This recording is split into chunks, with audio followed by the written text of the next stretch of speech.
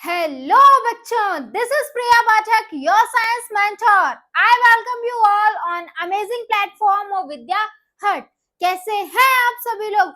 Hope so आप सभी लोग बहुत बहुत बहुत अच्छे होंगे और पढ़ाई करनी शुरू कर दी होगी। नई नई क्लास, नया नया सिलेबस, नई नई बुक्स, है ना, सब कुछ नया नया है। एकदम जोरों शोरों से आपकी क्या हो चुकी होगी, पढ़ाई शुरू हो चुकी होगी। और उसी पढ़ाई में हम लोग आ गए हैं आपका साथ देने के लिए। हाँ जी बच्चों, हम लोग आपके लिए लेकर आए हैं पूरी क्लास 9th का सिलेबस। और एक स्पेशल बात बताऊं आप लोगों को, बेटा ये वही सिलेबस है जो हम कभी पेड क्लासेस में देते थे, लेकिन इस बार आप लोगों के लिए बिल्कुल सेम वही चीज है हम लोग लेकर आए हैं, बिल्कुल फ्री ऑफ कॉस्ट। हाँ जी बच्चों, तो आप सभी के साथ मिलकर हम लोग भी करने वाले हैं एकदम शानदार वाली मेहनत। और आप लोगों के अच्छे रिजल्ट के लिए अभी से हमने क्या कर दी है, जंग शुरू कर दी है। तो आइए मेरे साथ मिलकर आप लोग पढ़ना शुरू कर दीजिए। क्या? क्लास 9th की साइंस का फर्स्ट चैप्टर। क्या है वो चैप्टर? देखिए बच्चों, क्लास 9th की साइंस में क्या क्या होने वाला है, कैसे होने वाला है, इसकी मार्किंग क्या होती है, किस चैप्टर का क्या वेटेज होता है, ये सारी चीजें हम आपको ऑलरेडी बता चुके हैं। अगर आपने वो वीडियो नहीं देखी है तो प्लीज जाकर देखिए, क्योंकि वो वीडियो बहुत ज्यादा इम्पोर्टेंट है। उसमें आपको बताया गया है कि क्लास 9th की साइंस कैसे पढ़नी है, क्या क्या इंपॉर्टेंट टॉपिक्स हैं, इंपॉर्टेंट चैप्टर्स हैं। इवन बच्चों उस वीडियो में मैंने आपको बताया है कि 100% गारंटीड क्वेश्चंस या फिर टॉपिक कौन कौन से होते हैं। तो अगर नहीं देखी है तो जाइए उसको देखिए और उसके बाद क्या करिए, इस चैप्टर पर आ जाइए। बड़ा प्यारा सा चैप्टर है, बहुत नई बातें जानने के लिए मिलती है, पढ़ने में मजा आता है, बिल्कुल भी बोरियत फील नहीं होगी, मैं आपको बिल्कुल भी नहीं होने दूंगी। साइंस में भी अगर आपको बोरिंग हो रही है तो आपने क्या साइंस पढ़ी, राइट? तो ऐसा आपके साथ बिल्कुल नहीं होने वाला है। और मेरे साथ मिलकर बस पढ़ाई करते रहना, जितना दे रहे हैं वो कंप्लीट करना। ठीक है बेटा, जो होमवर्क मिल रहा है उसको करेंगे, जो क्वेश्चंस आपको सॉल्व करने के लिए दिए जाएंगे टॉपिक वाइज, इस वीडियो में आपको क्वेश्चंस भी मिलेंगे, तो उन क्वेश्चंस के आंसर ढूंढने की कोशिश करना। और अगर आंसर नहीं आ रहा है तो उस टॉपिक को जाकर दोबारा से देखना। दोबारा से नहीं देखना है तो एक बार मैम को कमेंट कर देना कि मैम ये टॉपिक समझ नहीं आया है, दोबारा समझा दीजिए, थोड़ा सा और डिटेल में समझा दीजिए, मैं आपके लिए वो भी कर दूंगी। ठीक है? तो भाई अब जब इतना जोश है, इतने अच्छे से शुरुआत हुई है, तो पढ़ाई शुरू कर दे क्या, है ना? धीमे धीमे धीमे धीमे करना, सब कुछ हो जाएगा बेटा, है ना? बस रुकना नहीं है। जो जोश, जो मेहनत आपने अभी करने के लिए सोच रखा है ना, उसको एंड ऑफ द सेशन तक बचा कर रखना। ठीक है? डेली थोड़ा थोड़ा पढ़ना। मैं बिल्कुल नहीं कह रही हूँ आपको 8 घंटे 12 घंटे पढ़ाई करनी है, वो पॉसिबल भी नहीं है क्लास 9th के बच्चे के लिए। लेकिन हाँ, डेली थोड़ी थोड़ी पढ़ाई करनी है। हर चैप्टर को, हर सब्जेक्ट को बराबर की इंपॉर्टेंस देनी है, क्योंकि आफ्टर ऑल आपका जो रिजल्ट बनेगा वो ओवरऑल बनेगा। ठीक है बेटा, तो शुरू करते हैं हमारे क्लास 9th की साइंस का फर्स्ट चैप्टर, जिसका नाम है मैटर इन आवर सराउंडिंग। क्या होता है इस चैप्टर में? मतलब मैम ये वही मैटर है क्या, हमारा वाला मैटर, वो एकदम दंगे वंगे जिसमें हम एकदम हमारे भाई लोगों को इकट्ठा करते हैं, वही मैटर है क्या मैम? वो मैटर तो हमने बहुत देखे हैं, वो पढ़ने की जरूरत नहीं है। नहीं बेटा, ये वो मैटर नहीं है, ये हमारी साइंस वाला मैटर है ना? उस मैटर से तो आपकी दोस्ती हो रखी है, लेकिन आज मैं इससे भी आपकी दोस्ती करवा कर ही मानूंगी। चलिए आ जाइए। अगर आप लोग कोई मेरे पुराने बच्चे हैं जो मुझे जानते हैं कि मैं चैप्टर को कैसे स्टार्ट करती हूँ, तो आपने जरूर जरूर पता होगा कि चैप्टर को स्टार्ट करने से पहले प्रिया मैम आपको बताती हैं क्या, कि इस चैप्टर में पढ़ना क्या क्या है ना? मैं पहले दोस्ती करवाती हूँ, फिर आगे बात चलनी चाहिए, है ना? मेरा मानना यही है, पहले दोस्ती होनी चाहिए, आगे की बातें बाद में देखेंगे। तो पहले आपसे मैं दोस्ती करवा दूंगी चैप्टर की। ठीक है बच्चों? तो आर यू रेडी? क्या सभी लोग रेडी हो चुके हैं? आप लोग ऑलरेडी चैंपियंस हैं, है ना? वो तो बस मैंने ऐसे ही डाल दिया था, आपको भी पता है, मुझे भी पता है, आप लोग ऑलरेडी चैंपियंस हैं। आ जाइए देखते हैं टॉपिक्स क्या क्या है भाई इस चैप्टर में। सबसे पहले तो मैटर पढ़ना है। अगेन मैं आपको बता रही हूँ, ये वो वाला मैटर नहीं है बच्चों, मार कुटाई वाला है ना, ऐसा कोई नहीं करेगा अभी, है ना, क्लास में बिल्कुल मार कुटाई नहीं होगी। उसके बाद हमने क्या पढ़ना है, कैरेक्टरिस्टिक्स ऑफ मैटर पढ़ने हैं। मैटर के भी कैरेक्टरिस्टिक्स होते हैं, हाँ जी बेटा, पहले मैटर तो जानो, फिर कैरेक्टरिस्टिक्स भी बताएंगे। एंड देन डिफ्यूजन क्या होता है, ये किस चिड़िया का नाम है? मैम ये तो पहली बार सुन रहे हैं। हाँ पहली बार सुन रहे होगे, पर ठीक है, अब आपकी इससे दोस्ती हो जाएगी। अब आप पूरी क्लास 9th में इसको सुनते रहोगे। आज की क्लास में पहली बार सुनोगे, फिर हर क्लास में तुम इसको सुनोगे, डिफ्यूजन को। केमिस्ट्री में सुनोगे, बायोलॉजी में भी आप इसको सुनोगे, ठीक है बेटा। उसके बाद हम पढ़ेंगे स्टेट्स ऑफ मैटर। अभी क्लास 9th के, क्लास 6th के, क्लास 8th के बच्चे से जाकर पूछेंगे बेटा कितनी स्टेट्स ऑफ मैटर होती है, और एकदम फुल जोश के साथ बच्चे कहेंगे कि ma'am there are 3 states of matter, they are solid, liquid and gas. Ma'am कैसे फुद्दू से सवाल कर रहे हो क्लास 9th के बच्चे से? बेटा अगर ये आंसर क्लास 6, 7, 8 का बच्चा देता है तो ठीक है, क्लास 9th का बच्चा अगर मुझसे ये बोल रहा है कि सॉलिड, लिक्विड, गैस, तो भाई पिटाई पड़ेगी आज के बाद। क्यों? क्योंकि 2 और स्टेट्स ऑफ मैटर होती हैं बेटा, जिनमें से एक का नाम होता है प्लाज्मा, एक का नाम होता है बोस-आइंस्टीन कंडेंसेट। इनकी डिटेल आपने नहीं जाननी है, लेकिन हाँ बेटा आपको नाम पता होना चाहिए। तो अब आपसे कोई पूछेगा कि कितने स्टेट्स ऑफ मैटर होते हैं, तो क्या बताएंगे? There are 5 states of matter, they are solid, liquid, gas, plasma and Bose Einstein condensate. बात समझे या नहीं समझे?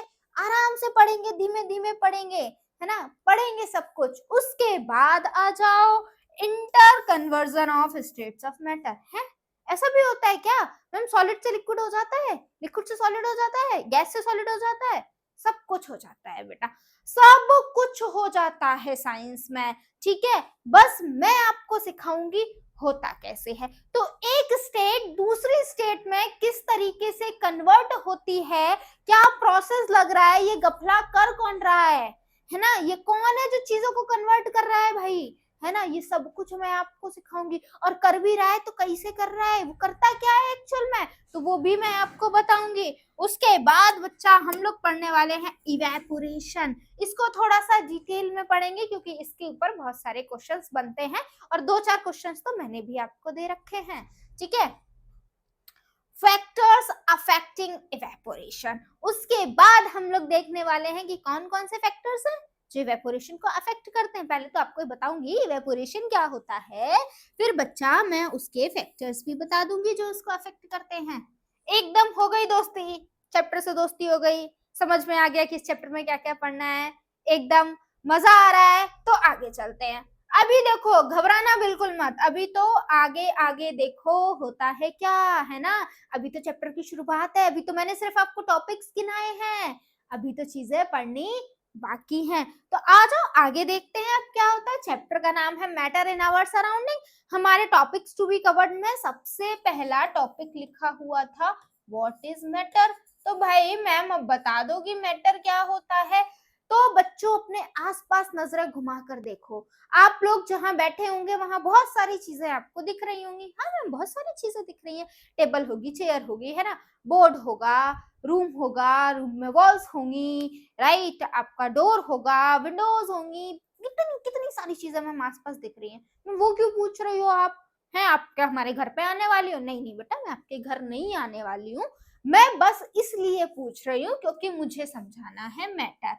हाँ जी बेटा, जो भी आपको अपने आसपास दिख रहा है XYZ, पानी की बोतल हो, चार्जर हो, कुछ भी हो, वो सब कुछ क्या है? मैटर है मैम ऐसा कैसा? हाँ जी बेटा यही बात सच है। वो सभी चीजें जो हमारे आसपास हैं, हमारे आसपास सराउंडिंग्स में हैं, वो सभी मैटर हैं। बात समझे या नहीं समझे? हाँ जी मैम, समझ गए।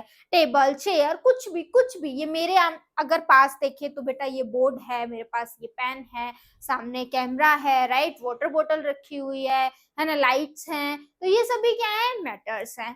ठीक है मैम, समझ गए। लेकिन मैम अगर एग्जाम में आता है तो क्या हम यही लिख दे क्या कि जो भी आसपास है वो सब मैटर है? नहीं मैम, कुछ तो होगा। हाँ बेटा, कुछ होता है। देखिए बेटा, वो सभी चीजें, ध्यान से सुनेंगे मेरे बच्चे, वो सभी चीजें जिनका कोई मास होता है और वो स्पेस को ऑक्यूपाई करते हैं, उन चीजों को हम लोग मैटर बुलाते हैं। अब देखो अपने आसपास, ये बेटा भले एक पेन है, मेरे पास है, ये पेन है, बहुत कम मास होगा लेकिन इसका मास तो होगा ना, और इसको मैं कहीं रखूंगी तो ये स्पेस भी ऑक्यूपाई कर रहा है। यानी कि वो सभी चीजें जिनका कोई मास होता है और वो स्पेस को ऑक्यूपाई करती हैं, उन्हें हम क्या बुलाते हैं? मैटर बुलाते हैं। तो आप अगर अपने आसपास देखोगे तो आपको सब वही चीजें दिखेंगी जिनका कुछ ना कुछ मास है और जो स्पेस को ऑक्यूपाई कर रहे हैं। अब बहुत सारे 30 मार्क खान बोलेंगे मैम एयर, मैम एयर, बेटा एयर का भी मास होता है और एयर भी स्पेस को ऑक्यूपाई करती है। ठीक है, सब कुछ बताऊंगी कैसे। अगर स्पेस ऑक्यूपाई नहीं करती तो वो बलून इतना फूल कैसे जाता? कभी सोचा है? बलून पहले छोटा था, हमने उसमें हवा भर दी, वो बड़ा हो गया। कैसे? एयर ने स्पेस ऑक्यूपाई किया ना, है ना। तो एयर का भी मास होता है और एयर भी स्पेस को ऑक्यूपाई करती है। तो मैटर क्या होता है? Everything.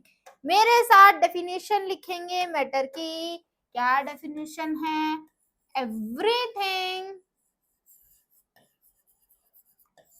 everything which has mass and occupies space is called matter।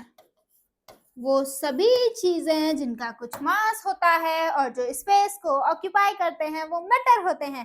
तो क्या हम लोग भी मैटर है? यस बेटा, of course we are also a matter, right. तो हम सभी लोग भी क्या हैं? मैटर हैं।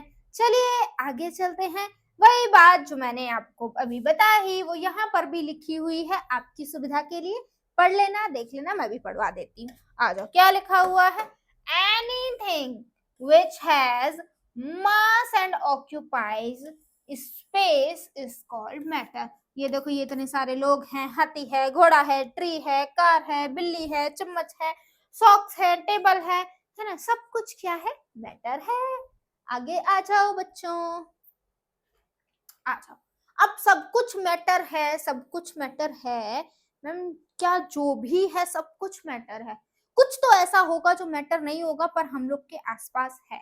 हाँ बेटा, देखो जैसे कि now the things like friendship, दोस्ती, दोस्ती का मास होता है? कभी ऐसा बोला है कि मैं तुमसे 20 किलो प्यार करता हूँ, या फिर मैं तुमसे 1000 किलो नफरत करती हूँ? ऐसा ऐसा कभी सोचा है क्या? क्या कोई फ्रेंडशिप का कोई मास होता है? क्या फ्रेंडशिप कभी स्पेस को ऑक्यूपाई करती है? Is it possible? नहीं बेटा, है ना। फ्रेंडशिप हो गई, अफेक्शन हो गया, हेट्रेड, नफरत हो गई, गुड मैनर्स हो गए। कभी ऐसा बोला है क्या कि वो 7th क्लास में लड़की है, उसमें 5 लीटर गुड मैनर्स हैं? ऐसा सुना है क्या कभी? नहीं सुना है। ठीक है, thoughts, ideas, taste, smell, ETC, ये सारी चीजें क्या है? मैटर नहीं है। ये हमारे आसपास है, हमारे आसपास दोस्ती है, हमारे आसपास नफरत है, हमारे आसपास लव है, लेकिन ये सब बेटा क्या मैटर नहीं है। ठीक है, मैटर क्या होता है? वो सभी चीजें जिनका मास होता है और जो स्पेस को ऑक्यूपाई करती हैं। ठीक है, do not occupy space and do not have मास। ठीक है, रीजन भी दे दिया कि ये सब मैटर क्यों नहीं है, क्योंकि बेटा ये स्पेस को ऑक्यूपाई नहीं कर रही है, इनका कोई मास नहीं है। So from the point of view chemistry chemistry, things like friendship, love, affection, hatred, good manner, thoughts, ideas, taste and smell are not considered as matter. तो भाई अगर केमिस्ट्री के पॉइंट ऑफ व्यू से देखें तो ये सारी चीजें मैटर नहीं है। तो अभी तक बेटा हमने क्या पढ़ा, हमने सबसे पहले पढ़ा मैटर क्या होता है, तो वो सभी चीजें जिनका कोई मास होता है, जो स्पेस को ऑक्यूपाई करते हैं उन्हें हम मैटर बोलते हैं। लेकिन हमारे आसपास कुछ ऐसी भी चीजें हैं जो मैटर नहीं है। क्यों नहीं है? वो है तो हमारे सराउंडिंग्स में, लेकिन वो मैटर नहीं है क्योंकि उनका मास नहीं है और वो स्पेस को ऑक्यूपाई नहीं करते हैं। ठीक है, उनके एग्जांपल्स भी मैंने आपको दे दिए है ना। चलो आ जाओ।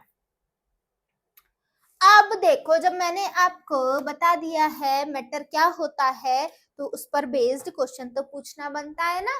तो जलाओ अपने दिमाग की बत्ती और इसका आंसर मुझे करके देना। ये कुछ चीजें लिखी हुई हैं, chair, air, love, smell, hate, almonds, thought, cold, cold drink, the smell of perfume. इनमें से क्या क्या मैटर है और क्या क्या मैटर नहीं है, ये कौन बताएगा? आप लोग बताएंगे। जल्दी से पतलू की तरह अपने दिमाग की बत्ती जलाओ और जल्दी से मुझको आंसर दे दो बेटा। उसके बाद आ जाओ, अब हमने मैटर पढ़ लिया। मैटर के बारे में क्या पढ़ा? वो चीजें जिनका मास होता है, जो स्पेस को ऑक्यूपाई करते हैं, उनको मैटर बोलते हैं। अब ये बताओ, मैटर भी तो किसी ना किसी चीज से बना होगा। हाँ मैम बिल्कुल बना होगा।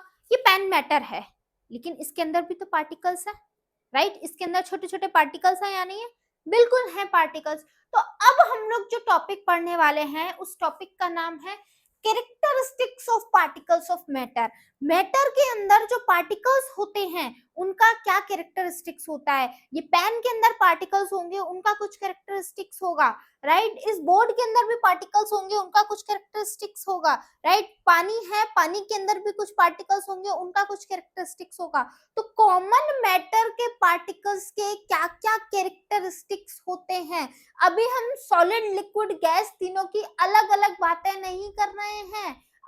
अभी हम सभी के एक एवरेज बात कर रहे हैं, सभी को देख रहे हैं कि स्टेट्स ऑफ मैटर अलग अलग नहीं है अभी। ठीक है, अभी हम लोग क्या देख रहे हैं कि जो मैटर है, कोई भी matter, solid, liquid, gas, solid, liquid, gas, कोई भी मैटर, उनके अंदर जो पार्टिकल हैं उन सभी का क्या कैरेक्टरिस्टिक होता है। तो आओ जरा सबसे पहले देखते हैं। क्या सबसे पहला तो यही है, the particles of matter are very very very very very very very very very small. जो मैटर के पार्टिकल होते हैं बेटा, वो बहुत छोटे होते हैं। बहुत कैसे होते हैं? छोटे होते हैं, हमारी एक्सपेक्टेशन से भी ज्यादा छोटे होते हैं। ठीक है, तो particles of matter are very very small. The particles of matter have space between them. जो मैटर के पार्टिकल्स होते हैं ना, उनके बीच में स्पेस होता है। लेकिन मैम हम कैसे माने? आप बोल रही हो क्या इसलिए माने? नहीं बेटा, मैं बोल रही हूँ इसलिए बिल्कुल मत मानो। लेकिन मैं आपको कुछ ऐसी एक्टिविटीज बताऊंगी जिससे आप मान जाओगे कि हाँ, मैटर के पार्टिकल्स के बीच में क्या होता है? स्पेस होता है। आओ जरा आपको समझाती हूँ कि मैटर के पार्टिकल्स के बीच में स्पेस कैसे होता है। आ जाओ। मैंने क्या बोला? मैंने बोला पार्टिकल्स ऑफ, ये हेडिंग है, ठीक है, particles of matter have space between them. इसी बात को मैं प्रूफ कर रही हूँ। पहला कैरेक्टरिस्टिक्स पढ़ा हमने पार्टिकल्स ऑफ मैटर का कि वो बहुत छोटे होते हैं। दूसरा मैं बोल रही हूँ कि पार्टिकल्स ऑफ मैटर के बीच में क्या होता है? स्पेस होता है। कैसे स्पेस होता है वो हम आपको बताते हैं। वो बताने के लिए चलो बच्चों हम लोग बनाते हैं नींबू पानी। क्या बनाते हैं? नींबू पानी। गर्मियां चल रही है ना बेटा, चलो आ जाओ नींबू पानी बनाते हैं। ये क्या है? आपका ग्लास है, इसके अंदर हमने क्या किया? पानी ले लिया। कितना पानी लिया? 100 ml पानी लिया। कितना लिया? 100 ml पानी लिया। और ऊपर से हमने क्या किया बच्चों? ऊपर से हमने क्या किया बच्चों? शुगर डाल दी। ऊपर से हमने क्या किया? शुगर डाल दी। कितनी शुगर डाल दी? 5 ग्राम शुगर डाल दी। ठीक है, अब क्या होना चाहिए? अब होना क्या चाहिए था? 100 ml पानी था, उसमें हमने ऊपर से शुगर डाली। तो अगर हम अब देखें तो क्या होना चाहिए था, हल्का सा पानी इस ग्लास में बढ़ जाना चाहिए था। क्यों? क्योंकि पहले सिर्फ पानी था और कुछ देर बाद हमने इसमें क्या किया, 5 ग्राम शुगर डाल दी, चीनी डाल दी, है ना। तो अगर हमने कोई चीज ऐड करी है तो उसका लेवल थोड़ा सा बढ़ना चाहिए। लेकिन क्या ऐसा होता है क्या? क्या ऐसा होता है जब नींबू पानी बनाने जाते हो कि उसमें नींबू नमक चीनी डालते हो तो पानी थोड़ा सा बढ़ जाता है? नहीं होता ऐसा। तो कहाँ गया पानी, वो कहाँ गया, चीनी नमक और तुम्हारा जो लेमन था, ये सारी चीजें कहाँ चली गई? जादू जादू हुआ? जादू तो नहीं हुआ बेटा, कुछ तो हुआ होगा। देखो बेटा, तो हुआ ये, उस वाटर का लेवल इसलिए नहीं बढ़ा क्योंकि जो शुगर के पार्टिकल्स थे या किसी भी और चीज के पार्टिकल, अगर सॉल्ट है तो सॉल्ट के पार्टिकल, लेमन है तो लेमन के पार्टिकल, ठीक है। जो शुगर के पार्टिकल्स थे वो क्या हो गया, पानी के पार्टिकल्स के बीच में जब स्पेस था ना, उन स्पेस में जाके फिक्स हो गए, ऐसे करके फिक्स हो गए। अगर पानी के पार्टिकल्स के बीच में स्पेस नहीं होता तो लेवल बढ़ जाता, लेकिन जो कि क्या था, वाटर के पार्टिकल्स के बीच में स्पेस था, इस वजह से शुगर के पार्टिकल्स क्या हो गए, उसमें जाकर फिक्स हो गए। Water is a matter, sugar is also a matter, right. एक मैटर को हमने दूसरे मैटर में जब डाला तो एक मैटर दूसरे मैटर के पार्टिकल्स के बीच में जो स्पेस था उसमें जाकर फिक्स हो गया। तो इससे हमने क्या समझ में आया, इसको हमें ये समझ में आया कि मैटर के पार्टिकल्स के बीच में क्या होता है, स्पेस तो होता है। समझ में आई प्रॉपर्टी या नहीं समझ में आई? मैं बिल्कुल समझ में आ गई। उसके बाद देखो क्या लिखा हुआ है, the particles of matter are constantly moving। हाँ जी बेटा, मैटर के जो पार्टिकल्स होते हैं वो कंटिन्यूअसली मूव करते रहते हैं। इसका भी एग्जांपल दे देती हूँ, चलो दे देती हूँ। क्या हुआ भाई, मैंने अपने बिल्कुल बिल्कुल अंदर वाले रूम में परफ्यूम लगाया, क्या होगा, क्या होगा थोड़ी देर बाद, वो जो परफ्यूम की स्मेल है ना, पूरे घर में धीमे धीमे धीमे हल्की हल्की आएगी, लेकिन आएगी। कैसे? कैसे आ गई वो परफ्यूम? बेटा परफ्यूम की स्मेल कैसे आ गई? वो इस वजह से आ गई क्योंकि परफ्यूम इज अ मैटर। वो उस पार्टिकल के क्या थे, उस मैटर के पार्टिकल्स कॉन्स्टेंटली मूव कर रहे थे, तो उनके मूवमेंट की वजह से वो अंदर से पूरे घर में फैल गई उसकी स्मेल। तो इससे हमें क्या समझ में आया कि मैटर के पार्टिकल्स के बीच में स्पेस भी होता है। हाँ बेटा, ये हो सकता है किसी में कम किसी में ज्यादा, लेकिन सब में होता है। दूसरा हमें ये समझ में आया कि मैटर के पार्टिकल कॉन्स्टेंटली मूव करते हैं। अगेन ये हो सकता है कि किसी मैटर के पार्टिकल कम मूव कर रहे हैं, किसी के ज्यादा मूव कर रहे हैं, लेकिन मूवमेंट सब में होता है, क्योंकि अगर मूवमेंट नहीं होता तो परफ्यूम की स्मेल हम तक नहीं आती। इंसेंस स्टिक जलाते हो, अगरबत्ती अगरबत्ती पूजा घर में चलाते हो और स्मेल कहाँ आ जाती है, पूरे घर में हो जाती है। कैसे? गैसेस के पार्टिकल्स मूव करे ना, कॉन्स्टेंटली मूव कर रहे हैं ना, तभी तो स्मेल फैल रही है ना पूरे घर में। बात समझ में आई या नहीं आई? आगे आ जाते हैं। The particles of matter attract each other. Matter के जो पार्टिकल्स होते हैं वो एक दूसरे को अट्रैक्ट करते हैं। अब मैम ये बात कैसे प्रूफ करोगी? आओ बेटा प्रूफ करते हैं। ये वही बात इंसेंस स्टिक वाली बात लिखी हुई है। When we light an incense stick in one corner of a room, its fragrance, pleasant smell spread in the whole room quickly। क्या होता है, उसकी जो स्मेल होती है पूरे रूम में जल्दी से क्या हो जाती है, फैल जाती है। तो इससे हमें क्या समझ में आता है, पार्टिकल्स ऑफ मैटर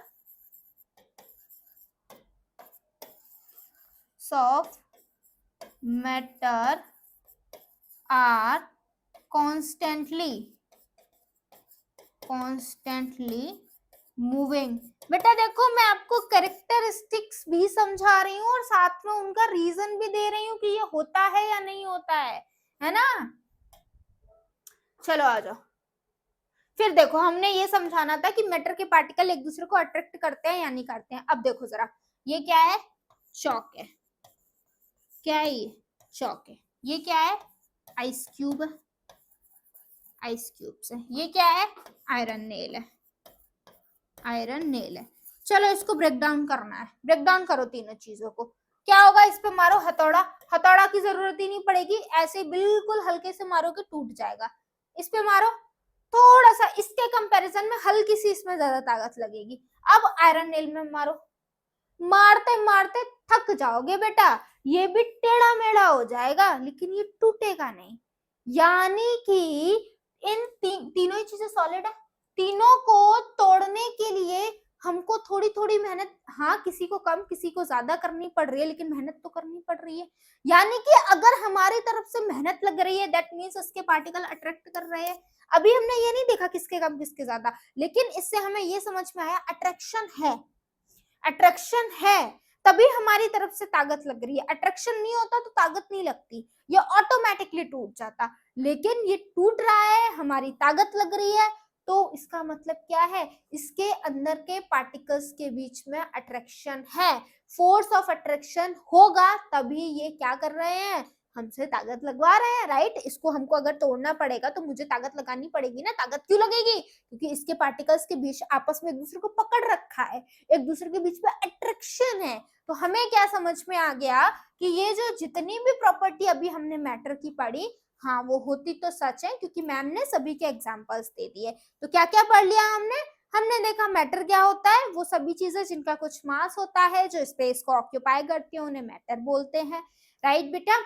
उसके बाद हमने क्या जाना, उसके बाद हमने वो चीजें देखी जो मैटर में कंसीडर नहीं होती हैं। फिर हमने एक क्वेश्चन देखा, उसके बाद हमने कैरेक्टरिस्टिक्स पढ़े, और इन सभी कैरेक्टरिस्टिक्स के लिए एक्टिविटी भी देखी कि कैसे ये सारे सही होते हैं। अब आगे आ जाइए बेटा, आगे आ जाइए। अब नेक्स्ट टॉपिक है डिफ्यूजन।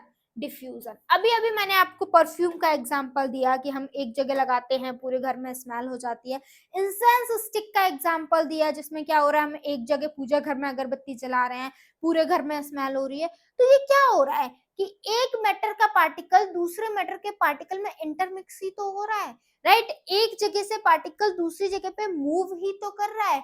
इसी मैटर की प्रॉपर्टी को बेटा हम लोग क्या बुलाते हैं, डिफ्यूजन बुलाते हैं। क्या बुलाते हैं, डिफ्यूजन बुलाते हैं। तो देखो जरा क्या लिखा हुआ है, diffusion is a property of matter which is based on motion of its particle. Diffusion क्या है बच्चों, मैटर की एक प्रॉपर्टी है जो किसके ऊपर बेस्ड है, पार्टिकल्स के मोशन के ऊपर बेस्ड है। डिफ्यूजन जो होता है बच्चों, वो गैसेस में भी देखने के लिए मिलता है, लिक्विड्स में भी देखने के लिए मिलता है, सॉलिड्स में भी देखने के लिए मिलता है। हाँ, जो डिफ्यूजन का रेट है वो सब में अलग अलग होता है। गैसेस जल्दी डिफ्यूज कर जाते हैं, मैं उसका रीजन भी अभी आपको दूंगी कि गैसेस जल्दी डिफ्यूज क्यों कर जाते हैं। लिक्विड्स उससे थोड़ा धीमे डिफ्यूज करते हैं, और सॉलिड्स सबसे कम डिफ्यूज करते हैं, ठीक है। लेकिन डिफ्यूजन होता सभी में है। क्या होता है डिफ्यूजन, एक प्रॉपर्टी होती है मैटर की जिसमें पार्टिकल्स क्या करते हैं, इंटरमिक्स करते हैं। रेट ऑफ डिफ्यूजन, इधर देखो, अगर हमने डिफ्यूजन बढ़ाना है तो कैसे इंक्रीज होगा, टेम्परेचर इंक्रीज कर दे। इसको मैं अभी आगे एक्सप्लेन करूंगी, अभी बस इतना ध्यान कर, इतना दिमाग में रख लो कि अगर हमने डिफ्यूजन बढ़ाना है तो वो डिफ्यूजन का रेट कैसे इंक्रीज होगा, अगर हम टेम्परेचर को इंक्रीज कर देंगे। कैसे होगा, क्या होगा, वो अभी समझ आ जाएगा। थोड़ा सा बस सब्र रखो, ठीक है, मैं वो भी आपको बता दूंगी।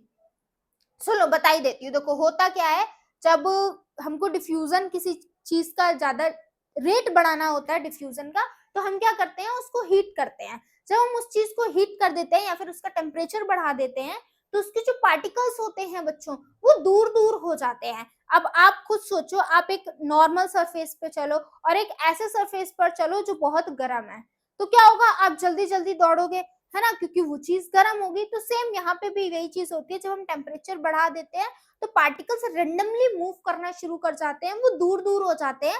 पार्टिकल्स के बीच का फोर्स ऑफ अट्रैक्शन कम हो जाता है, जिस वजह से वो दूर दूर हो जाते हैं, उनकी काइनेटिक एनर्जी बढ़ जाती है, तो पार्टिकल्स का डिफ्यूजन बढ़ जाता है। तो एक्चुअल में हम लोग टेम्परेचर बढ़ा के कर क्या रहे हैं, पार्टिकल्स के बीच का फोर्स ऑफ अट्रैक्शन कम कर रहे हैं।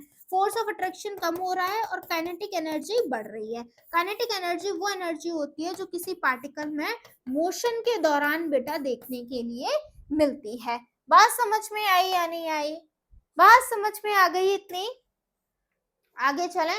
ये देखो यही बात लिखी हुई है। काइनेटिक एनर्जी क्या होती है? Energy possessed due to the motion of a particle is called kinetic energy। तो रेट ऑफ डिफ्यूजन अगर बढ़ाना है तो क्या कर दो? तो क्या कर दो भैया, किसी भी चीज का टेम्परेचर बढ़ा दो। टेम्परेचर बढ़ाकर क्या हो जाएगा? पार्टिकल्स के बीच का फोर्स ऑफ अट्रैक्शन कम हो जाएगा, काइनेटिक एनर्जी बढ़ जाएगी और पार्टिकल रेंडमली मूव करने लगेगा। अब आ जाओ, वही डिफ्यूजन का ही आपका और लिखा हुआ है। When someone opens a bottle of perfume in one corner of the room, its smell spread in the whole room quickly। अगर कोई किसी एक कॉर्नर में परफ्यूम की बोतल को खोलता है तो उसकी स्मेल क्या होती है? पूरे रूम में बड़ी जल्दी से फैल जाती है। फैलती तो है ना? ठीक है, चलो आ जाओ। एक और एग्जांपल दिया है डिफ्यूजन का। The smell of food being cooked in the kitchen reaches us even from a considered distance। अब आपने देखा होगा गरम गरम खाना जो होता है उसकी स्मेल हम तक, हमारे जो मेन डोर होता है ना घर का, वहां से ही आने लगती है कि अच्छा आज तो घर में राजमा चावल बना हुआ है, स्मेल आ रही है। तो कैसे आ रही है? क्योंकि बच्चों वो जो फूड है ना वो क्या है? हॉट है। क्या है? वो हॉट है। वो हॉट है यानी कि उसका टेम्परेचर ज्यादा है। टेम्परेचर ज्यादा है यानी कि फोर्स ऑफ अट्रैक्शन पार्टिकल्स के बीच में कम है, यानी कि पार्टिकल्स की काइनेटिक एनर्जी ज्यादा है, यानी कि पार्टिकल्स क्या करेंगे? रैंडमली मूव करेंगे। क्या करेंगे? रैंडमली पार्टिकल्स बच्चों क्या कर जाएंगे? मूव कर जाएंगे। वहीं अगर आप देखो तो आपका जो ठंडा खाना होता है उसकी स्मेल लेने के लिए आपको पास जाना पड़ता है। क्यों? क्योंकि उसका उन पार्टिकल्स का टेम्परेचर कम होता है। टेम्परेचर कम होता है तो फोर्स ऑफ अट्रैक्शन ज्यादा होता है। फोर्स ऑफ अट्रैक्शन ज्यादा होता है तो पार्टिकल्स की काइनेटिक एनर्जी कम होती है, तो पार्टिकल्स मूव ही नहीं कर पाते हैं, तो हम तक उसकी स्मेल आ ही नहीं पाती है।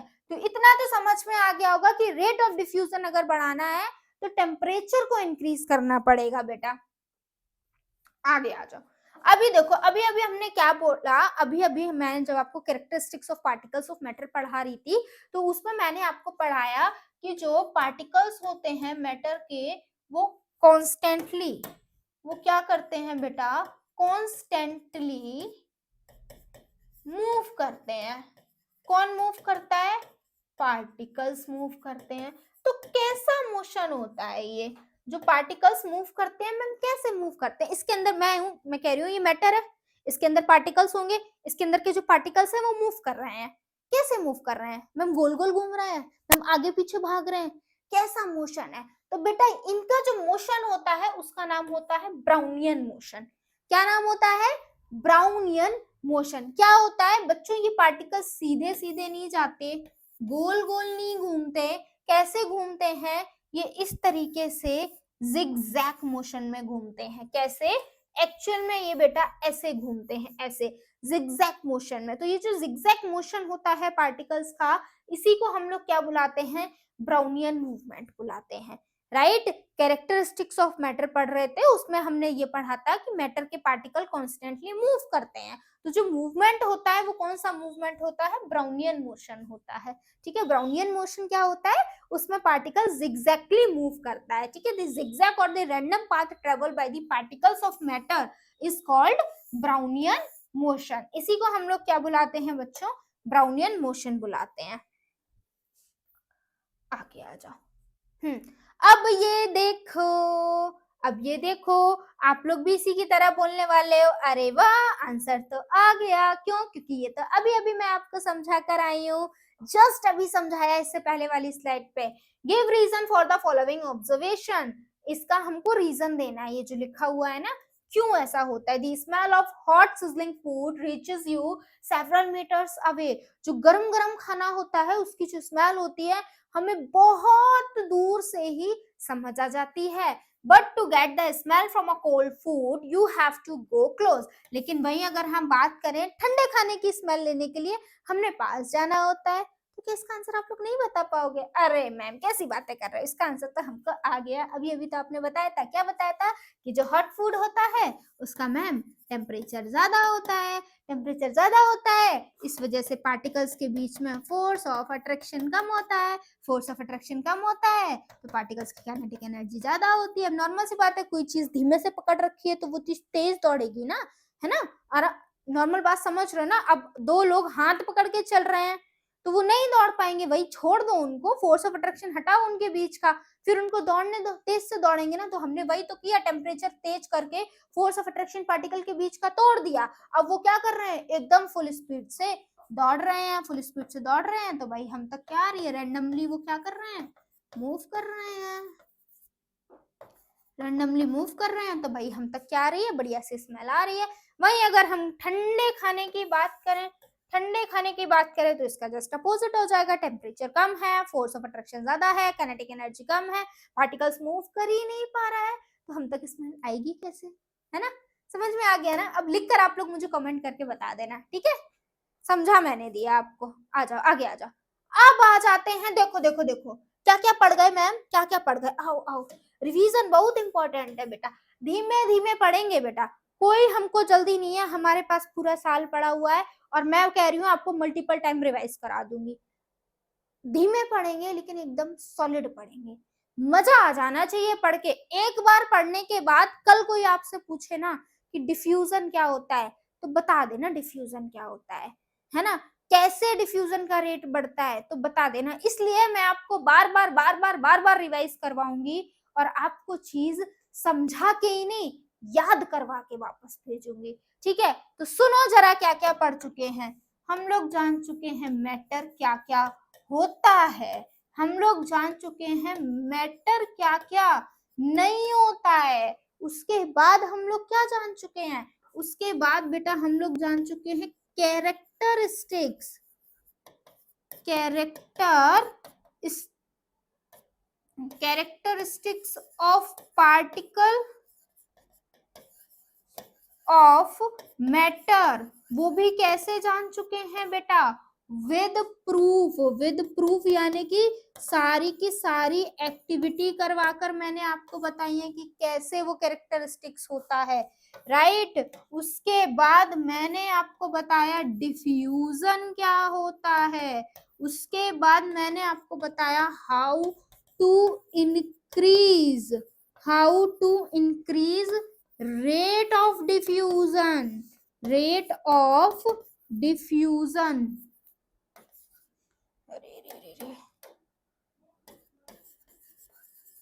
rate of diffusion, राइट बेटा। और कुछ कुछ हमने क्वेश्चंस भी सॉल्व कर लिए। अब हम आ गए हैं स्टेट्स ऑफ मैटर पर। इतना पढ़ चुके हैं, इतना आई थिंक सो आप सभी को क्लियर होगा। अब हम लोग देखने वाले हैं ये जो मैटर के बारे में हम लोग पढ़ रहे हैं, ये कितने स्टेट में एग्जिस्ट करता है, कितने फॉर्म में एग्जिस्ट करता है। तो ये मैटर के बेटा जी आपको क्लास 9th में 3 पढ़ने हैं, लेकिन नाम 5 पता होने चाहिए। Solid, liquid, gas, plasma, Bose Einstein condensate. Solid states को हम लोग पहले पढ़ते हैं। अब इतना तो आपको पता होगा, मैटर है तो मैटर के अंदर पार्टिकल्स होंगे, और ये जो 3 स्टेट्स ऑफ मैटर है या 5 स्टेट्स ऑफ मैटर है, ये एक दूसरे को अलग अलग ये अलग अलग क्यों है, ये एक ही मैटर क्यों नहीं है ना। ये क्यों इतनी स्टेट डिवीजन हो कैसे गया, तो बच्चों पार्टिकल्स के अरेंजमेंट की वजह से डिवीजन हुआ है। किसी के में जो मैटर के पार्टिकल्स होते हैं सॉलिड में वो पास पास होते हैं, लिक्विड में दूर दूर होते हैं, गैसेस में और दूर दूर होते हैं, है ना। तो ये पार्टिकल्स के अरेंजमेंट की वजह से हमने ये अलग अलग तरीके की स्टेट्स ऑफ मैटर देखने के लिए बेटा मिली हैं। तो सबसे फर्स्ट स्टेट ऑफ मैटर हम लोग पढ़ते हैं जिसका नाम है क्या, सॉलिड स्टेट। क्या नाम है बेटा, सॉलिड स्टेट। आओ जरा इसके बारे में पढ़ते हैं। The space between the particles is very less. Solid states के बेटा जी जो पार्टिकल्स होते हैं उनके बीच में जो स्पेस होता है वो बहुत बहुत बहुत कम होता है। आप देख पा रहे हो ये आइस सॉलिड है, इस आइस को अगर हम ऐसे माइक्रोस्कोप के अंदर देखेंगे तो इसके पार्टिकल्स का अरेंजमेंट कुछ ऐसा दिखेगा, बिल्कुल पास पास। क्या कहीं गैप दिख रहा है, बहुत गैप तो होगा, ठीक है। पार्टिकल्स ऑफ मैटर के बीच में गैप होता है, होगा गैप, लेकिन बहुत कम गैप देखने के लिए मिलेगा, राइट। पार्टिकल्स बहुत पास पास हैं, राइट। उसके बाद क्या लिखा, अब नॉर्मल सी बात है, पार्टिकल्स पास पास हैं तो फोर्स ऑफ अट्रैक्शन ज्यादा होगा या नहीं होगा? मैम बिल्कुल होगा। क्यों होगा? क्योंकि पार्टिकल्स बहुत ज्यादा पास पास हैं, वही बात लिखा हुआ है। स्पेस बहुत कम होता है। The force of attraction between the particle is very strong. Solid के पार्टिकल्स के बीच में फोर्स ऑफ अट्रैक्शन बहुत ज्यादा होता है। अब अगर कोई आपसे पूछे कि सॉलिड के पार्टिकल्स के बीच में फोर्स ऑफ अट्रैक्शन बहुत ज्यादा क्यों होता है, तो उसका रीजन क्या होगा? भैया रीजन यही होगा ना कि स्पेस कम होता है, स्पेस कम है इसलिए फोर्स ऑफ अट्रैक्शन ज्यादा है। ठीक है, थर्स particle is a solid are closely packed. इस वजह से जो सॉलिड के अंदर के पार्टिकल्स होते हैं वो क्लोजली पैक्ड होते हैं। ठीक है, आ जाओ आगे आ जाओ। Solid maintain their shape even when they are subjected to external force, that is they are rigid। क्या कह रहे हैं? सॉलिड क्या होते हैं? रिजिड होते हैं। ये अपने शेप को चेंज नहीं करते हैं। तुम कितनी भी ताकत लगा लो, अभी ये आपके बोर्ड है, आपको ये रेक्टेंगुलर शेप का दिख रहा होगा, आप लोग मुझसे कहो कि नहीं मैम ये रेक्टेंगुलर अच्छा नहीं लग रहा है, इसको गोल कर दो। मैं इस पे कितनी भी ताकत लगा लू बेटा, ये रेक्टेंगल है, रेक्टेंगल ही रहेगा, ये सर्कुलर नहीं होगा। क्यों नहीं होगा? क्योंकि ये सॉलिड है बेटा, इसके पार्टिकल्स बहुत पास पास हैं, तो मेरे लिए ये पॉसिबल नहीं है कि मैं इसके शेप को चेंज कर दूं। राइट, तो वही बात लिखी हुई है कि सॉलिड्स क्या होते हैं? रिजिड होते हैं। रीजन क्या है? अगेन पार्टिकल पास पास है भाई, फोर्स ऑफ अट्रैक्शन ज्यादा है, इस वजह से solids can not be compress. Solids को कंप्रेस नहीं कर सकते। क्यों नहीं कर सकते? पार्टिकल पास पास है, फोर्स ऑफ अट्रैक्शन ज्यादा है। इसमें अच्छी बात बताऊं ना, इसमें जो क्वेश्चंस पूछे जाते हैं ना सॉलिड लिक्विड गैस में, उसके आंसर ऑलमोस्ट सेम होते हैं। वही रीजन होता है, क्योंकि सॉलिड सॉलिड इसीलिए क्योंकि उसके पार्टिकल पास पास है, लिक्विड लिक्विड इसीलिए क्योंकि उसके पार्टिकल्स दूर दूर है, और गैस गैसेस इसीलिए क्योंकि उनके पार्टिकल्स बहुत दूर दूर है। ठीक है बेटा, तो ज्यादातर क्वेश्चंस के आंसर सेम ही होने वाले हैं अगर यहां से क्वेश्चन बनता है तो। आ जाओ, नेक्स्ट क्या लिखा हुआ है? The kinetic energy of the particle is very less, so solids have an orderly arrangement of the particles। ठीक है, therefore solids have fixed shape and volume। क्या कह रहे हैं? इसके अंदर के जो पार्टिकल्स होते हैं सॉलिड के अंदर के, उनकी काइनेटिक एनर्जी बहुत कम होती है। काइनेटिक एनर्जी कम क्यों होती है? क्योंकि स्पेस कम होता है, फोर्स ऑफ अट्रैक्शन ज्यादा होता है, तो पार्टिकल को मूव करने के लिए जगह होती ही नहीं है ना। अब एक कार में आप लोगों को बैठा दो जिसकी कैपेसिटी 5 लोगों की और आप 7 लोग बैठ जाओ, तो क्या मूव कर पाओगे? नहीं कर पाओगे। क्यों नहीं मूव कर पाओगे? क्योंकि भाई हम लोग बहुत पास पास बैठे हुए हैं, मूवमेंट में दिक्कत आ रही है। तो सेम यही सॉलिड के साथ भी होता है। सॉलिड के पार्टिकल्स मूव क्यों नहीं कर पाते हैं? काइनेटिक एनर्जी कम क्यों होती है? क्योंकि भाई पार्टिकल्स बहुत ज्यादा पास पास देखने के लिए मिलते हैं बेटा। अब जो कि पार्टिकल्स पास पास होते हैं, मूव नहीं कर पा रहे हैं, इस वजह से सॉलिड का फिक्स शेप हो जाता है और फिक्स्ड वॉल्यूम हो जाती है। अगर पार्टिकल्स मूव करते तो सॉलिड का फिक्स शेप नहीं होता ना, क्योंकि पार्टिकल्स तो मूव कर जाते, कभी इधर कभी उधर कभी उधर, है ना। चलो आ जाओ आगे आ जाओ। अब लिक्विड स्टेट, अगर सॉलिड स्टेट समझ में आ गया तो लिक्विड और गैस बड़े आराम से समझ में आ जाएगी। The space between the particle is slightly more as compare to the solids. ठीक है, इनके पार्टिकल्स के बीच में, लिक्विड के पार्टिकल्स के बीच में थोड़ा सा ज्यादा स्पेस देखने के लिए मिलता है as compare to the solid. देखो सॉलिड में ये कितना कंजस्टेड घुसा हुआ था, लेकिन यहाँ पर हल्का सा गैप देखने के लिए हमको मिल रहा है पार्टिकल्स के बीच में, but still very less as compare to the gas. लेकिन अगर हम गैस से कंपैरिजन करें तो इनमें स्पेस कम होता है, सॉलिड से ज्यादा होता है, गैस से कम होता है। The particles of a liquid can slip and slide over each other। जो लिक्विड के पार्टिकल्स होते हैं वो एक दूसरे के ऊपर स्लिप कर सकते हैं, स्लाइड कर सकते हैं, बहुत ज्यादा मूव नहीं कर सकते, रैंडम मोशन नहीं होता है, लेकिन स्लिप और स्लाइड कर सकते हैं। ठीक है बेटा, वही बात है ना, कैपेसिटी कितने लोगों की है? अभी 5 लोगों की और तुम 6 लोग बैठ जाओ तो ठीक है, थोड़ा सा अनइजी होगा लेकिन हल्का सा मूवमेंट होगा। लेकिन 8 बैठ जाओगे तो बिल्कुल एक जगह जहां बैठे हो वहीं बैठे रहो। वही वाला सीन इनके साथ होता है। The force of attraction between the particle is strong enough to hold the particles together। देखो अब जो लिक्विड के पार्टिकल्स होते हैं वो हल्के से दूर दूर होते हैं, लेकिन इतना फोर्स ऑफ अट्रैक्शन पार्टिकल्स के बीच में होता है कि वो पार्टिकल्स को आपस में जोड़ कर रखता है। गैसेस की तरह लिक्विड्स उड़ नहीं जाते हैं इधर उड़ के। कभी पानी को उड़ते हुए देखा है? पानी फैल जाता है, बह जाता है, लेकिन ऐसा थोड़ी होता है कि यहाँ है तो यहाँ से पाकिस्तान पहुंच गया, है ना, ऐसा नहीं होता है। तो लिक्विड्स के बीच में गैप होता है, लेकिन इतना फोर्स ऑफ अट्रैक्शन देखने के लिए मिलता है कि पार्टिकल्स को आपस में वो बांधे रखे, ठीक है, but not strong enough to hold the particles fixed position. लेकिन इतना भी नहीं होता है कि पार्टिकल्स को एक फिक्स्ड पोजीशन में रखें। अब पानी फैल जाता है तो ऐसा थोड़ी जिधर फैला है उधर ही रहता है, हल्का सा मूव करता है ना, लेकिन गैसेस जितना भी मूव नहीं करता है। वही बात यहाँ पर लिखी हुई है, यानी कि लिक्विड को सॉलिड और गैस दोनों से कंपेयर किया गया है बेटा। आगे आ जाओ।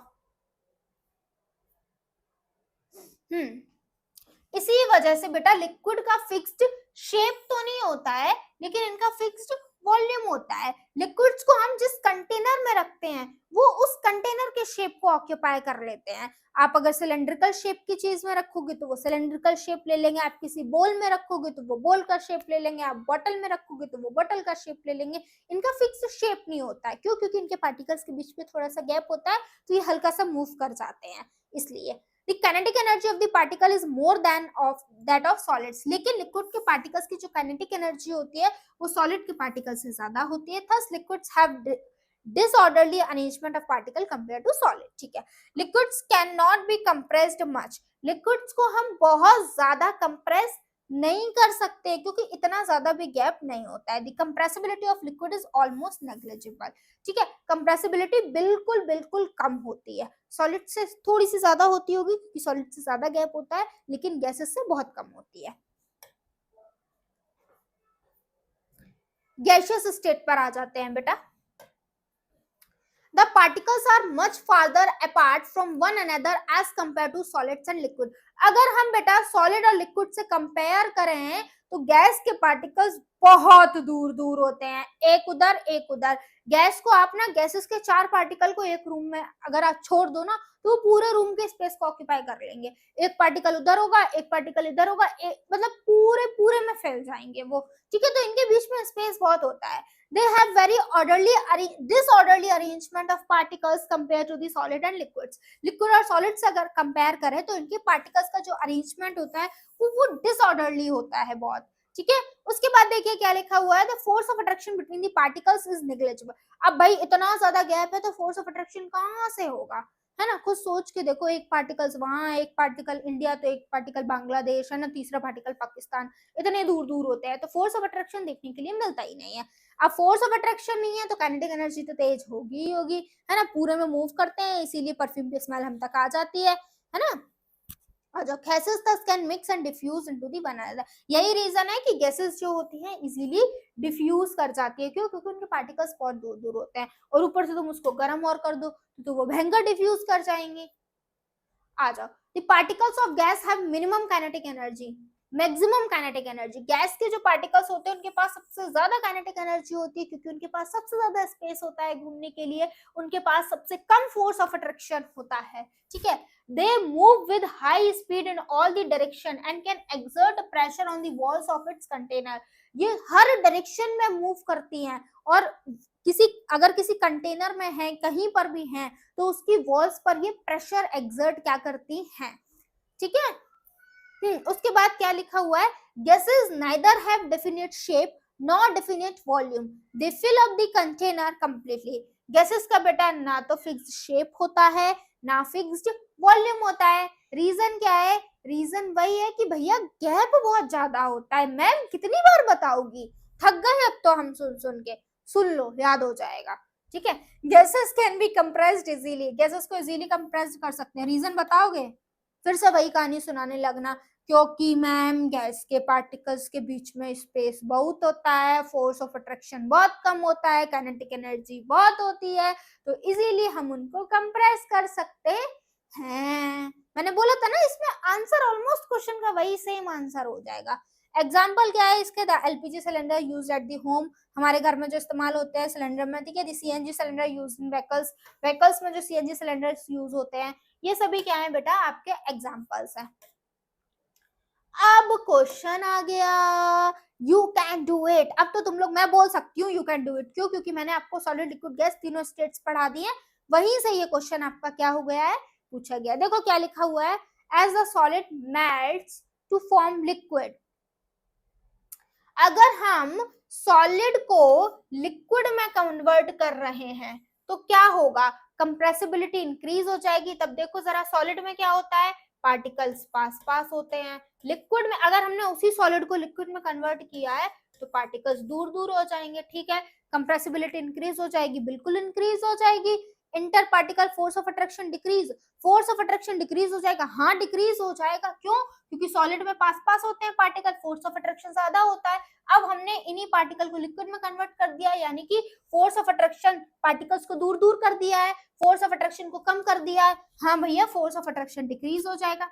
Kinetic energy of the particles increases, बिल्कुल इंक्रीज हो जाएगी। वही रीजन है, सॉलिड में पार्टिकल पास पास थे, लिक्विड में दूर दूर हो गए हैं, तो नॉर्मल सी बात है, दूर दूर हो गए तो अब पार्टिकल्स तोड़ेंगे ना, काइनेटिक एनर्जी तो बढ़ेगी ना। डी ऑप्शन है ऑल ऑफ दीज। अब आप समझ गए होंगे इसका आंसर क्या होगा, of course option number D, all of these, है ना। अगर हम सॉलिड को लिक्विड में कन्वर्ट करते हैं तो ये सारी चीजें होंगी। मुझे पता था तुम लोग कर लोगे। चलो आ जाओ, एक और क्वेश्चन है बेटा आपके लिए। A form of matter has no fixed shape but has a fixed volume. An example of this form of matter is, मैं बिल्कुल भी नहीं बताऊंगी। क्या बोल रहे हैं कि एक ऐसा मैटर जिसका फिक्स्ड शेप नहीं होता है लेकिन फिक्स्ड वॉल्यूम होता है। बेटा क्लास 5th का बच्चा भी बता देगा, ठीक है, तो मैं बिल्कुल भी नहीं बताऊंगी। चलो इतना बता देती हूँ, कुछ नहीं बता रही। कार्बन डाइऑक्साइड गैस होती है, कार्बन स्टील मेटल है, क्रिप्टन मेटल है। अब देख लो, केरोसिन ऑयल तो लिक्विड होता है, तो बताओ ऐसा किसकी प्रॉपर्टी है, गैस सॉलिड लिक्विड किसकी है, जिसका फिक्स्ड शेप नहीं होता है लेकिन फिक्स्ड वॉल्यूम होता है। सोचो बेटा सोचो, यही तो सोचने वाली बातें हैं इस चैप्टर में। आ जाओ, change of states of matter. अब मैंने आपको देखो क्या क्या पढ़ा दिया, मैटर पढ़ा दिया, मैटर क्या होता है क्या नहीं होता है मैटर, ये भी पढ़ा दिया। Characteristics of particles of matter पढ़ा दिया, उनका एक्टिविटी भी दिखाया मैंने आपको। साथ में मैंने आपको डिफ्यूजन पढ़ाया, साथ में मैंने आपको ये बताया कि रेट ऑफ डिफ्यूजन कैसे इंक्रीज कर सकते हैं। उसके बाद मैंने आपको स्टेट्स ऑफ मैटर पढ़ाया, जिसमें मैंने सॉलिड लिक्विड गैस तीनों पढ़ा दिए। अब आपका आया है, क्या कभी हम सॉलिड से लिक्विड बना सकते हैं, क्या लिक्विड से गैस बना सकते हैं, क्या गैस से सॉलिड बना सकते हैं, क्या गैस से लिक्विड बना सकते हैं, क्या लिक्विड से सॉलिड बना सकते हैं, क्या मैम ऐसा हो सकता है? हाँ बिल्कुल हो सकता है। अभी क्या देखा, पार्टिकल्स का खेल है ना पूरा। सॉलिड में पार्टिकल्स पास पास है, लिक्विड में दूर दूर है, गैस में बहुत दूर है। यही कर दो तुम, अगर तुमको सॉलिड से लिक्विड बनाना है, क्या कर दो, पार्टिकल्स को दूर कर दो। सॉलिड से गैस बनाना है, पार्टिकल्स को बहुत दूर कर दो, है ना। तो अगर तुम पार्टिकल्स का खेल खेल सकते हो तो तुम कन्वर्ट कर सकते हो। अब क्वेश्चन उठता है, मैम कैसे, कैसे हम करें पार्टिकल को दूर, हम उनको पकड़ के खींचे मैम, हम क्या करें? कुछ नहीं करो, अभी अभी तो डिफ्यूजन में पढ़ाया, टेम्परेचर बढ़ा दो, टेम्परेचर बढ़ा दो, पार्टिकल्स दूर दूर हो जाएंगे, उछलने लगेंगे वो गर्म होते ही, है ना। बस पढ़ा दिया, यही है inter conversion of states of matter, इसके सिवाय कुछ नहीं है बेटा, हलवा है एकदम। आओ जरा देखो, पढ़ लेते हैं फिर भी, है ना, पढ़ना तो पड़ेगा। देखो, the phenomenon of change from one state of matter to another and back to the original states is called the interconversion of states of matter. क्या होता है interconversion of states of matter? किसी मैटर का किसी state of matter का किसी दूसरे states of matter में चला जाना और बाद में पुरानी वाली में आ जाना। आओ एक एक एक कहानी सुनाती हूँ। कहानी क्या सुनाती हूँ, चलो देखो। एक बच्चा था जिसका नाम था ढोलू। क्या नाम था, ढोलू। और इसके बड़े भाई का नाम था भोलू। क्या नाम था भाई, भोलू। ढोलू के पास थी आइसक्रीम। क्या थी, आइस क्यूब्स थे, आइस क्यूब जो हमारे रेफ्रिजरेटर में पाए जाते हैं ना, आइस क्यूब्स। उसने भोलू से बोला कि भैया भैया एक काम कर दो, क्या कर दो, इस आइस क्यूब से पानी बना दो। ठीक है, उसने कहा ठीक है बना दूंगा, लाओ आइस क्यूब्स लाओ। उसने कुछ नहीं किया, उन आइस क्यूब्स को लिया और थोड़ी देर रूम में रख दिया। क्या हो गया, पानी में कन्वर्ट हो गया। ठीक है भाई, वो एकदम, यारे भैया आप तो जादूगर, आपने तो कर दिया। लेकिन फिर थोड़ी देर बाद वो लौट गया, कहता नहीं नहीं नहीं भैया, मेरे आइस क्यूब्स वापस लेकर आओ, मुझे नहीं चाहिए। ये आपने क्या कर दिया, मैं तो मजाक कर रहा था, आपने तो सच में पानी बना दिया, मुझे दोबारा से आइस क्यूब्स लेकर आओ, है ना। ये जो तुम्हारा ढोलू था ये फिर से एकदम फैल गया ये तो। अब क्या करें मैम, अब कुछ नहीं, उसका जो भाई था ना वो बड़ा स्मार्ट था बोलू, उसने क्या किया, उस पानी को उठा के रेफ्रिजरेटर में रख दिया, फिर से आइस क्यूब्स बन गए। क्या लगता है बहुत ज्यादा होशियार था क्या बोलू? तुम लोग नहीं कर सकते थे ये काम? हम बिल्कुल कर सकते थे। पर सोचने वाली बात ये है कि इसने ऐसा किया क्या। पहले तो इतना जान लो, ये जो भोलू ने चीजें करी ना, इसी को inter conversion of states of matter बोलते हैं, इसी को बोलते हैं। पहले उसने आइस से पानी बनाया, फिर पानी से फिर से आइस बना दी। किया क्या था, जब उसको पानी बनाना था तब उसने उस आइस को रूम टेम्परेचर पे रख दिया, और जब उसको उस पानी से आइस बनाना था फिर उसने क्या किया, रेफ्रिजरेटर में रख दिया। देखो हुआ क्या था, आइस सॉलिड थी, आइस क्या थी बेटा, सॉलिड थी, उसको सॉलिड से लिक्विड में जाना था, तो उसने क्या किया, उस सॉलिड का टेम्परेचर बढ़ा दिया, उसका टेम्परेचर बढ़ा दिया और उसको रूम टेम्परेचर पे रख दिया। जैसे ही टेम्परेचर बढ़ा, सॉलिड के पार्टिकल उस आइस के पार्टिकल्स दूर दूर हुए और वो पानी में कन्वर्ट हो गए। अब क्या किया उसने, जब पानी से आइस बनाया तो उसने क्या किया, उस पानी को रेफ्रिजरेटर में रख दिया, उस पानी को रेफ्रिजरेटर में रख दिया, यानी कि उसका टेम्परेचर कम कर दिया।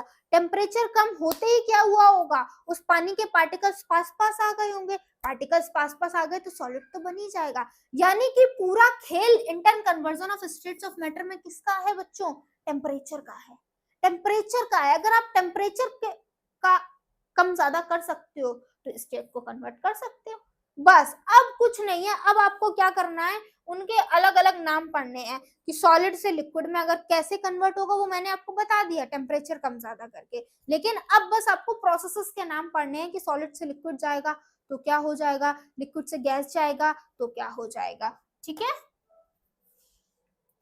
आ जाओ आगे आ जाओ, इधर देखो, ये रहा ये रहा।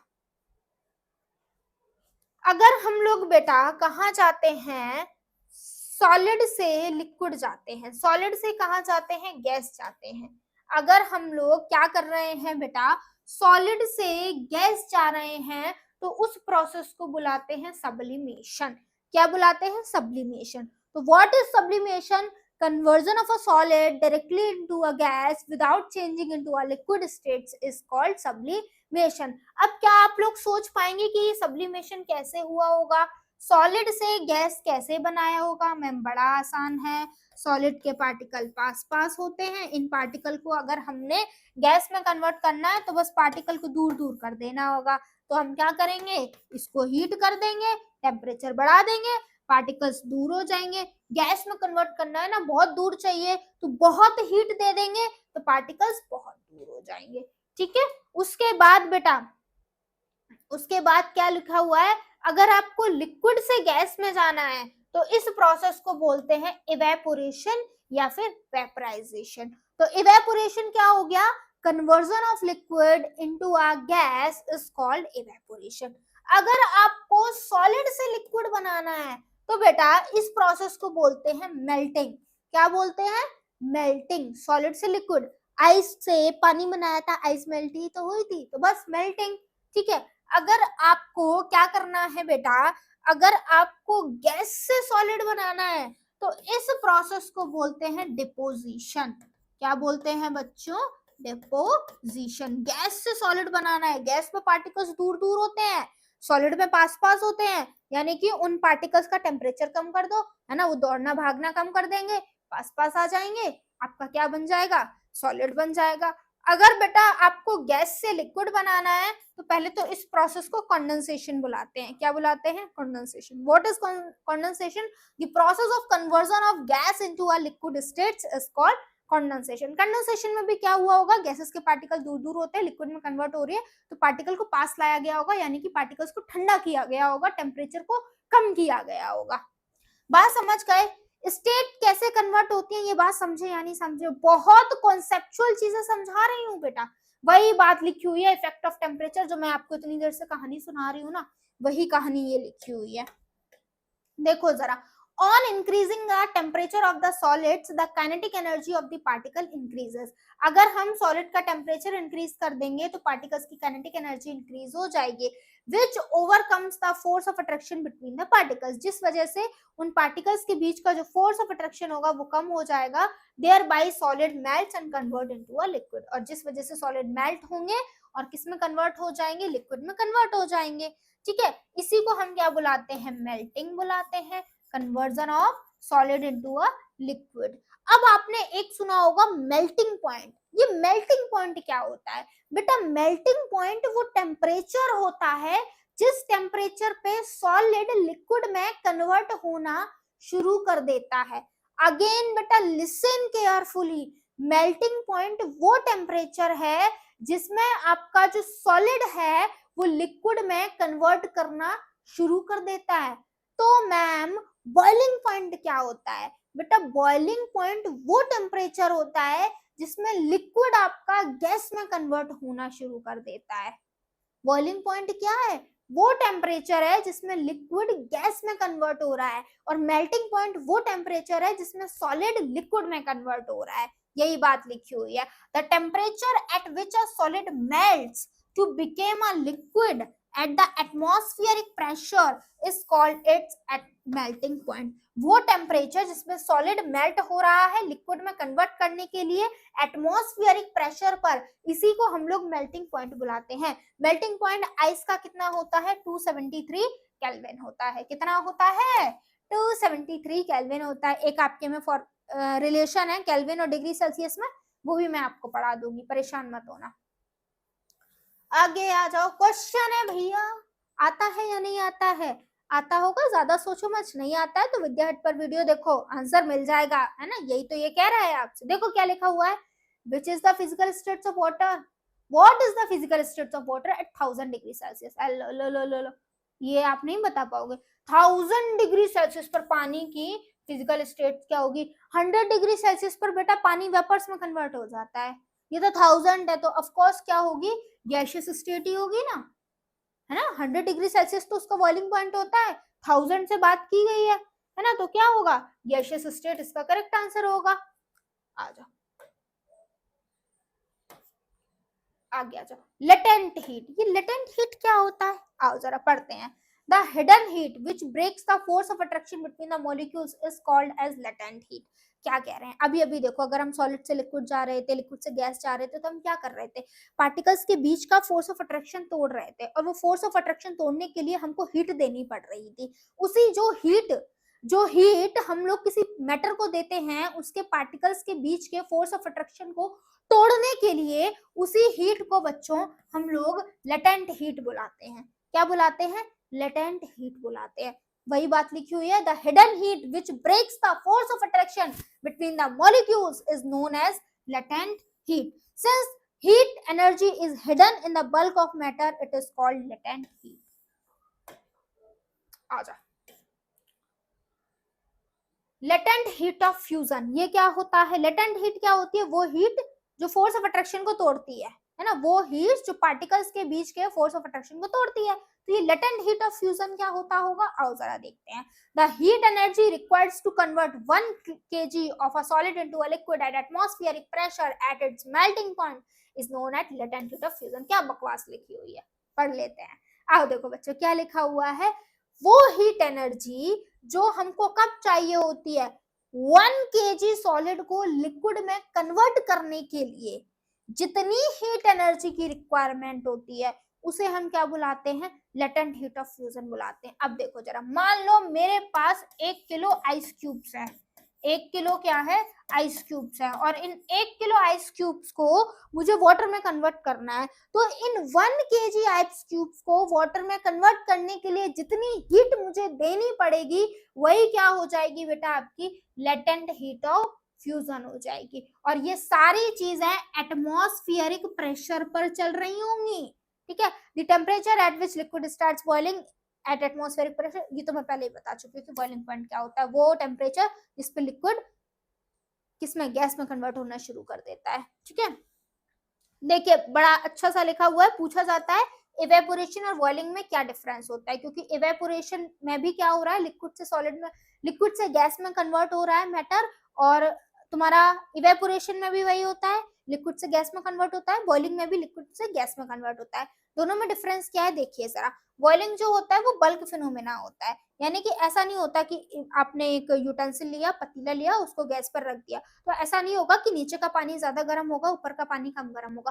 पूरा पानी का टेम्परेचर इक्वली होगा, पूरा पानी इक्वली गर्म होगा। तो बॉइलिंग क्या होता है? एक बल्क फिनोमेना होता है। Particles from the bulk of the liquid gain the energy to change into a gaseous state.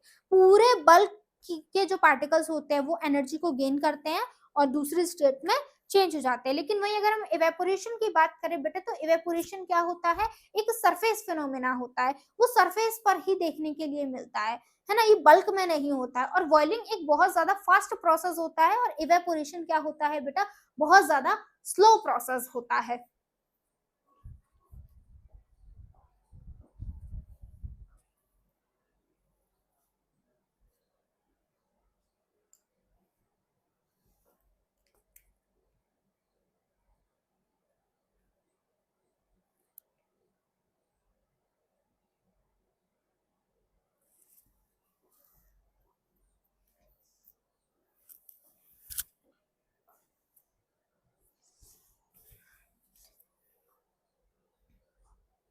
आ जाइए बेटा, क्या लिखा हुआ है, for example boiling point of water is 100 degree Celsius. पानी का जो बॉइलिंग पॉइंट होता है वो 100 डिग्री सेल्सियस होता है। ये देखिए एक आपका वो लिखा हुआ है, सेल्सियस का फॉर्मूला क्या होता है, 273 plus 100 is equals to kelvin. ठीक है, सेल्सियस से अगर हमको केल्विन में कन्वर्ट करना है तो ये फॉर्मूला याद रखिएगा बेटा। आगे आ जाओ, latent heat of vaporisation. Again latent heat of vaporisation क्या होती है, the heat energy required to convert 1 kg of a liquid into a gas at atmospheric pressure। देखो वो हीट एनर्जी जो 1 kg लिक्विड को गैस में कन्वर्ट करने के लिए लगती है उसको हम लोग क्या बोल रहे हैं, लेटेंट हीट ऑफ वेपराइजेशन बोला। यानी कि अगर 1 kg सॉलिड लिक्विड में कन्वर्ट हो रहा है तो latent heat of fusion, 1 kg liquid अगर गैस में कन्वर्ट हो रहा है तो latent heat of vaporisation. The process in which a gas on cooling turns into a liquid at a specific temperature is called condensation or liquefaction। क्या कह रहे हैं, वो प्रोसेस जिसमें गैस कूल होने पर लिक्विड में कन्वर्ट हो रही है। गैस को अगर लिक्विड में कन्वर्ट करना है तो ऑफकोर्स कूल करना पड़ेगा, ठंडा करना पड़ेगा, पार्टिकल्स को पास पास लाना पड़ेगा। तो वो प्रोसेस जिसमें गैस आपकी कूल करने पर लिक्विड में कन्वर्ट हो रही है स्पेसिफिक टेम्परेचर पर, उस प्रोसेस को हम लोग कंडेंसेशन या लिक्विफिकेशन बुलाते हैं। ठीक है, अगर लिक्विफिकेशन करना है तो क्या करना होगा, टेम्परेचर को डिक्रीज करना होगा और क्या करना होगा, प्रेशर को बढ़ाना पड़ेगा। टेम्परेचर को डिक्रीज करेंगे तभी तो पार्टिकल पास पास आएंगे, प्लस प्रेशर को बढ़ा देंगे तब पार्टिकल पास पास आएंगे। ठीक है बेटा, formation of cloud is due to the condensation water vapours from the earth surface. Cloud का फॉर्मेशन किसकी वजह से होता है बेटा, कंडेंसेशन की वजह से देखने के लिए मिलता है। उसके बाद देखिए क्या लिखा हुआ है, the change of states of a substance directly from solid to a gas without changing into a liquid state is called sublimation। ये मैं आपको बता चुकी हूँ कि सब्लिमेशन क्या होता है, सॉलिड से डायरेक्टली गैस में कन्वर्ट हो जाना, इसको सब्लिमेशन बुलाते हैं। The temperature at which the states of a substance changes from a liquid to a solid is called the freezing point. Freezing point क्या होता है, वो टेम्परेचर जिसमें आपका क्या होता है, लिक्विड स्टेट सॉलिड स्टेट में कन्वर्ट हो रही होती है, उसे हम लोग क्या बुलाते हैं, फ्रीजिंग बुलाते हैं। यानी कि वो टेम्परेचर जब आपके पानी से बर्फ बनने लगे उसे फ्रीजिंग पॉइंट बुला रहे हैं। आ जाओ, when a solid melts its temperature remains the same. क्या कह रहे हैं, जब सॉलिड मेल्ट होता है तब उसका टेम्परेचर सेम रहता है, because heat get used up in changing the state by overcoming the force of attraction between the particles। अब आप लोग सोच रहे हो मैम टेम्परेचर चेंज क्यों नहीं होता, सेम क्यों रहता है, बल्कि हमने तो उस सॉलिड को हीट दी थी ताकि वो लिक्विड में कन्वर्ट हो जाए, और अगर हमने हीट दी है तो उसका टेम्परेचर बढ़ना चाहिए। टेम्परेचर पुराना वाला ही क्यों है, वो बेटा इसलिए है जो हमने उस सॉलिड को हीट दी थी लिक्विड में कन्वर्ट होने के लिए, उस हीट का इस्तेमाल कहाँ हो गया, पार्टिकल्स के बीच का फोर्स ऑफ अट्रैक्शन को कम करने में हो गया। फोर्स ऑफ अट्रैक्शन को कम करने में उस हीट का इस्तेमाल हो गया, तो उस सब्सटेंस का टेम्परेचर तो बढ़ा ही नहीं, वो जो हीट थी वो फोर्स ऑफ अट्रैक्शन को ही दूर कर पाई। इस वजह से जो आपका ओवरऑल टेम्परेचर होता है सब्सटेंस का वो कांस्टेंट रहता है। ठीक है, it is considered that it gets hidden into the content of the beaker and also known as latent heat। चलो आ जाओ, water vapors at 273 Kelvin have more energy than water at the same temperature। क्या कह रहे हैं, water vapours की 273 kelvin पर ज्यादा energy होती है as compare to the water at same temperature. ऐसा क्यों होता है, क्योंकि भाई उनके पास एक्स्ट्रा लेटेंट हीट भी तो होती है, वो वाटर से वाटर वेपर में कन्वर्ट हुए हैं तो उनके पार्टिकल्स दूर दूर हुए होंगे, उन्होंने ज्यादा हीट को एब्जॉर्ब किया होगा। आपने देखा होगा आप गर्म पानी से उतना नहीं जलोगे जितना आप भाप से जल जाओगे। क्यों, क्योंकि भाप के पास लेटेंट हीट भी तो है, भाप भी तो कभी पानी था, उस पानी के पार्टिकल्स को हमने दूर दूर किया ना, उसको हीट दी ना, वो वाली हीट भी तो उसी के पास है, इसलिए हम उससे ज्यादा जल जाते हैं। ठीक है, चलो आ जाओ। What happens when the temperature of the solid increases? Hello hello hello hello, ये क्या, ऐसे रिएक्शन मत देना, ये ऐसे रिएक्शन मत देना, क्योंकि ये आंसर आपको पता है। क्या होगा अगर हम सॉलिड का टेम्परेचर इंक्रीज कर दें, बताना जरा। Effects of change of pressure, pressure change करेंगे तो क्या होगा, gases can be liquefy by applying a pressure and reducing a temperature. ये बात मैं आपको बता चुकी हूँ। अगर हम टेम्परेचर को रिड्यूस कर देंगे, प्रेशर को बढ़ा देंगे, तो गैसेस लिक्विड में चेंज हो जाएगी। When a high pressure is applied to a gas, it gets compressed. If the temperature is lower, the gas get liquefied. ठीक है। Solid carbon dioxide get converted directly into a gaseous stage on decreasing a pressure to 1 atmospheric pressure। क्या कह रहे हैं, solid carbon dioxide हमारी क्या होती है, डायरेक्टली गैसियस स्टेट में कन्वर्ट। शादियों में देखा है, पार्टियों में वो धुआं धुआं धुआं धुआं उड़ता है, वो क्या होता है, जिसको देख के एकदम मजा सा आ जाता है, कुछ नहीं, सॉलिड कार्बन डाइऑक्साइड होती है। ठीक है। वो सॉलिड कार्बन डाइऑक्साइड को डायरेक्टली हम किस में कन्वर्ट कर देते हैं, गैसियस स्टेट में कन्वर्ट कर देते हैं। कैसे कन्वर्ट हो जाती है बेटा, प्रेशर को डिक्रीज करके, 1 एटमॉस्फेरिक प्रेशर से भी कम कर देते हैं। तो फिर क्या होता है, वो लिक्विड में कन्वर्ट ना होने की बजाय सॉलिड से डायरेक्टली गैस में कन्वर्ट हो जाता है। This is the reason that solid carbon dioxide is also known as dry ice. इसी यही रीजन है जिस वजह से हम लोग सॉलिड कार्बन डाइऑक्साइड को ड्राई आइस भी बुलाते हैं। ठीक है। The process of conversion of a substance from a liquid state to the gaseous state at any temperature below its boiling point is called evaporation। क्या कह रहे हैं, लिक्विड सब्सटेंस से गैसियस स्टेट में कन्वर्ट हो जाना किसी भी टेम्परेचर पर, उसके बॉइलिंग पॉइंट से कम, उसको हम क्या बुला रहे हैं, इवेपोरेशन बुला रहे हैं। इवेपोरेशन सरफेस फिनोमेना होता है, ये मैं आपको पहले ही बता चुकी हूँ। ठीक है। Factors affecting the rate of evaporation, कौन कौन से फैक्टर्स हैं जिस वजह से इवेपोरेशन, आपका इवेपोरेशन का रेट जो है वो कम ज्यादा हो जाएगा। तो सबसे पहले तो है भाई सरफेस एरिया। अगर हम सरफेस एरिया को बढ़ा देंगे तो नॉर्मल सी बात है, इवेपोरेशन बढ़ जाएगा। इसका एग्जांपल है कपड़े। कपड़े सुखाते हो ना, क्या ऐसे ही डाल देते हो, नहीं नहीं, कपड़ों को फैला के डालते हैं ना हम, क्यों, ताकि उस कपड़े का सरफेस एरिया बढ़ जाए। अब सरफेस एरिया बढ़ जाएगा तो क्या होगा, इवेपोरेशन बढ़ जाएगा ना, उन कपड़ों में से पानी जल्दी जल्दी निकलेगा। तो अगर हम क्या करते हैं, किसी भी चीज का सरफेस एरिया बढ़ा देते हैं तो रेट ऑफ इवेपोरेशन बढ़ जाता है। दूसरा एग्जांपल है, आप लोग जब कप से चाय पीते हैं तो वो देर में ठंडी हो पाती है। ऑन द अदर हैंड उसी चाय को आप सॉसर में कर दो, क्या होगा, उसका सरफेस एरिया बढ़ जाएगा, चाय जल्दी ठंडी हो जाएगी। एक्चुअल में जल्दी इवेपोरेशन हो जाता है जिस वजह से वो ठंडी हो जाती है। यानी कि अगर हम सरफेस एरिया बढ़ाएंगे तो इवेपोरेशन क्या हो जाएगा, इंक्रीज हो जाएगा। The rate of evaporation increases with increase in temperature।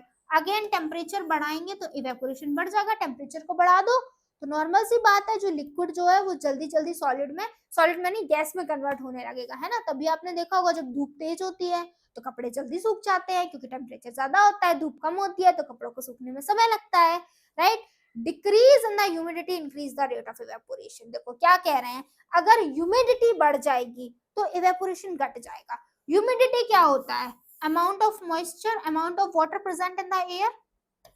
क्या होता है humidity, amount of water present in air.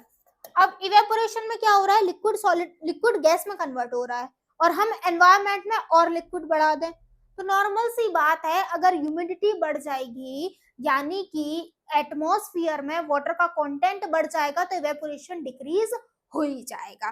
ठीक है। And increase in wind speed increase the rate of evaporation. अगर विंड स्पीड को बढ़ा देंगे, हवा तेज तेज चलने लगेगी तो इवेपोरेशन अगेन तेज हो जाएगा, है ना। जब हवा तेज चलती है तभी तो हमारे कपड़े जल्दी सूख ही जाते हैं ना। ठीक है। तो ये कुछ फैक्टर्स है जो इवेपोरेशन को अफेक्ट करते हैं। अगेन क्वेश्चन आ गया, ये देखो भाई मोटू पतलू आए हैं जिसमें से पतलू से बोला जा रहा है, सोचो सोचो कुछ सोचो, इसका आंसर क्या होगा।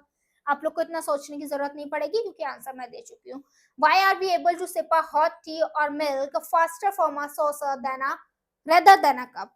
वही पूछ रहे हैं कि ऐसा क्यों होता है कि हम लोग गरम गरम चाय को कप से जल्दी सॉसर में पी लेते हैं। सरफेस एरिया बढ़ जाता है ना, तो इवेपोरेशन बढ़ जाता है तो चाय जल्दी ठंडी हो जाती है। आंसर देना आप लोग, समझा दिया है मैंने। एक और क्वेश्चन आया, which of the following phenomena always result in a cooling effect. इनमें से कौन सा फिनोमेना है जिसकी वजह से हमेशा कूलिंग इफेक्ट होता है, तो इट्स इवेपोरेशन, है ना। इवेपोरेशन जहां भी हो रहा होगा वहां पर कूलिंग हो रही होगी। Suggest a method to liquefy atmospheric gases, ये भी आप ही लोग बताओगे, बता चुकी हूँ। evaporation causes cooling, ये अभी अभी आ जाओ पढ़ लेते हैं। the particles of a liquid absorb the heat, absorb the energy from the surrounding to regain the energy lost during the evaporation। क्या कह रहे हैं, जो पार्टिकल्स होते हैं लिक्विड के, वो एनर्जी को एब्जॉर्ब करते हैं अपने सराउंडिंग से, ताकि वो क्या कर सके, अपनी एनर्जी को रिगेन कर सके जो उनकी क्या हुई है, इवेपोरेशन के दौरान लूज हुई है। This absorption of energy from the surrounding makes the surrounding cool। अब पार्टिकल जब एब्जॉर्ब करते हैं उस हीट को, तो अब वो जो हीट थी आसपास की, वो पार्टिकल्स ने, लिक्विड के पार्टिकल्स ने एब्जॉर्ब कर ली, तो नॉर्मल सी बात है, तो जो आसपास की सराउंडिंग्स होगी ना, वो कैसी हो जाएगी, ऑटोमेटिकली ठंडी हो जाएगी। Lately scientist are talking about the 5 steps. चलो इसको अभी, ये तो मैं आपको बता चुकी हूँ, वही बात लिखी हुई है। नेक्स्ट क्वेश्चन आ गया बेटा, how does water kept in earthen pot became cool during the summer. क्या कह रहे हैं, मटका, मटके में कभी पानी रखा है, वो गर्मियों में ठंडा हो जाता है, कैसे हो जाता है, वही बात लिखी हुई है। Evaporation happens through the small pores on it. क्या कह रहे हैं, जो मटका होता है, मिट्टी का बना हुआ होता है, उस मटके में छोटे छोटे पोर्स होते हैं, तो उन पोर्स से क्या होता रहता है बेटा, इवेपोरेशन होता रहता है। और अभी अभी हमने पढ़ा, जहां इवेपोरेशन होता है वहां कूलिंग होती है। On it causes the cooling effect in an earthen pot, therefore water kept in an earthen pot became cool during the summer because of continuous evaporation। continuous evaporation होता रहता है, जिस वजह से, अब मटका है, मटके मिट्टी से बना हुआ है, उसमें छोटे छोटे पोर्स हैं, उन पोर्स से वाटर इवेपोरेट हो रहा है। अब अभी अभी मैंने आपको बताया, जब लिक्विड इवेपोरेट होता है तो वो क्या करता है, हीट एनर्जी को एब्जॉर्ब कर लेता है, आसपास की हीट एनर्जी को, ताकि उसको एनर्जी मिल सके, है ना। तो वो हीट एनर्जी पानी की उसने एब्जॉर्ब कर ली, हीट उसमें से निकल गई, तो पानी क्या होता है, ठंडा हो जाता है। आगे आ जाओ। सम इंपॉर्टेंट मेजरमेंट, ऐसा unit of mass is KG. ये कुछ इंपॉर्टेंट मेजरमेंट है जो आपको इस चैप्टर में काम आएंगे। जो मास की ऐसा यूनिट होती है बेटा, केजी होती है। ऐसा unit of volume cubic metre होती है। The common unit of measuring a volume is litre. ठीक है, ये कुछ आपके फॉर्मूलेस लिखे हुए हैं, इनको आप ऐसे देख लीजिएगा। केल्विन इज द ऐसा यूनिट ऑफ टेम्परेचर। ठीक है, केल्विन जो होती है बेटा, वो टेम्परेचर की ऐसा यूनिट होती है। 0 डिग्री सेल्सियस जो होता है बेटा, वो 273 केल्विन के बराबर होता है। फॉर कन्वीनियंस हम लोग 273 ही, मतलब 273.16 होता है, लेकिन हमारे कन्वीनियंस के लिए हम लोग 273 केल्विन ले लेते हैं, राउंड ऑफ कर देते हैं डेसिमल को। The change of a temperature on a kelvin scale to, तो ये फॉर्मूला है जिससे हम लोग डिग्री सेल्सियस से केल्विन स्टेट में कन्वर्ट कर सकते हैं। इस पर बेस्ड मैंने आपका क्वेश्चन भी डाला है, ताकि आपको चीज अच्छे से समझ आ जाए। आ जाओ, ये रहा, convert the following temperature to a Celsius state. ठीक है, टेम्परेचर दिया गया है, उसको सेल्सियस स्टेट में आपको कन्वर्ट करना है। कितना दिया गया है, 300 केल्विन दिया गया है ना। तो फॉर्मूला क्या होता है, kelvin is equals to 273 plus degree Celsius. तो डिग्री सेल्सियस का फॉर्मूला क्या हो जाएगा, केल्विन माइनस 273, है ना। सेल्सियस उधर चला जाएगा, केल्विन इधर चला जाएगा, 273 माइनस का हो जाएगा। तो बस 300 केल्विन आपका दे रखा था, उसमें से 273 माइनस कर दो, आंसर 27 आ जाएगा। अब ये तो सेम उसी तरीके से दे रखा है, right. Why does a desert cooler cool better on a hot dry day? पूछ रहे हैं, जो डेजर्ट कूलर होते हैं वो हॉट ड्राई डे में कैसे अच्छा कूल करते हैं। In a desert cooler when a hot air enters through the straw made it evaporate the water at a faster rate। क्या कह रहे हैं, डेजर्ट कूलर जब हॉट एयर एंटर करती है किसमें, आपके कूलर में, तो क्या होता है, वो हॉट एयर और फास्टर रेट से क्या होती है बच्चा, इवेपोरेट होती है। Because of rate of evaporation is faster on hot dried rays. क्यों, क्योंकि rate of evaporation hot dried rays में ज्यादा होता है, हीट ज्यादा होती है, टेम्परेचर ज्यादा होता है, जिस वजह से रेट ऑफ इवेपोरेशन ज्यादा होता है। तो जब गरम गरम हवा कूलर पर आती है, तो जिस वजह से क्या हो जाता है, उसके अंदर जो पानी है ना, उसका इवेपोरेशन ज्यादा हो जाता है। और अभी अभी हमने देखा है, जहां इवेपोरेशन होता है वहां कूलिंग तो होती ही होती है। अभी हमने केल्विन स्टेट से डिग्री सेल्सियस में कन्वर्ट किया था, अब हमको क्या करना है, सेम, अब उसका उल्टा दे रखा है, केल्विन नहीं, केल्विन से डिग्री में ही कन्वर्ट करना है। तो अगेन हम क्या करेंगे, 293 केल्विन दे रखा है, 293 से 273 माइनस कर देंगे, आपका 20 आंसर आ जाएगा। इस क्वेश्चन को आप लोग सॉल्व करके मुझे देने वाले हैं। अरे वाह बेटा, तुम तो बड़े सही खिलाड़ी निकले, है ना। यहाँ तक आ गए, यहाँ तक आ गए, यानी कि चैप्टर आपका खत्म हो गया। तो कॉन्ग्रेचुलेशंस बच्चों, एक ही वीडियो में हमने इतने सारे क्वेश्चंस भी करे टॉपिक वाइज और पूरा चैप्टर भी पढ़ लिया। होप सो आपको चैप्टर समझ आया होगा, चैप्टर में मजा आपको आया होगा, कोई भी डाउट नहीं आपका बचा होगा। अगर डाउट है तो प्लीज मुझे बताइएगा, आपके डाउट को क्लियर किया जाएगा। इसके क्वेश्चंस वगैरह सब आपको सॉल्व करवाए जाएंगे, सबका वीडियो आपको मिल जाएगा। और ये जो आपका कंटेंट है, इसका जो आपका पीडीएफ है आपको डिस्क्रिप्शन बॉक्स में वो भी मिल जाएगा। अब जो कि चैप्टर खत्म हो गया है तो क्लास को यहीं पर ओवर करते हैं। Thank you so much for watching मी। जय हिंद बच्चों।